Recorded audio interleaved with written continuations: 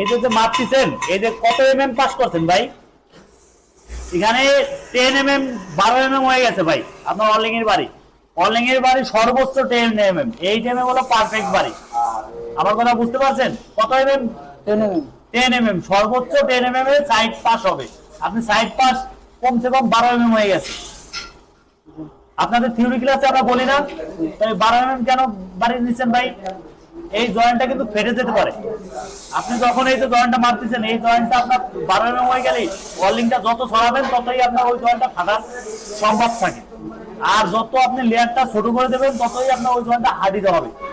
এরপর থেকে কখনোই আপনার এই যে মারছেন এখান থেকে কখনো 12 এমএম এ যাবে না, 10 এমএম সর্বোচ্চ। 8 এমএম হলো পারফেক্ট। কথা মনে থাকবে?